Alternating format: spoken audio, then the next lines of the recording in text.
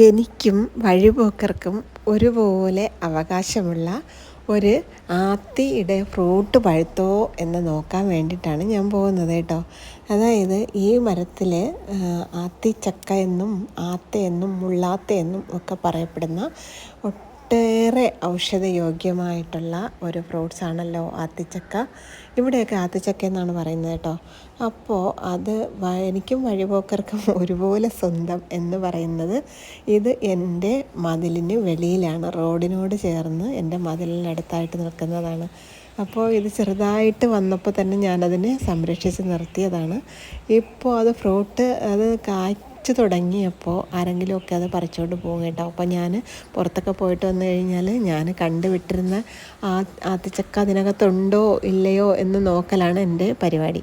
അപ്പോൾ ഉപ്പും മുളകും ഒക്കെ തേച്ചത് കഴിക്കാനായിട്ട് ഭയങ്കര ടേസ്റ്റാണ്.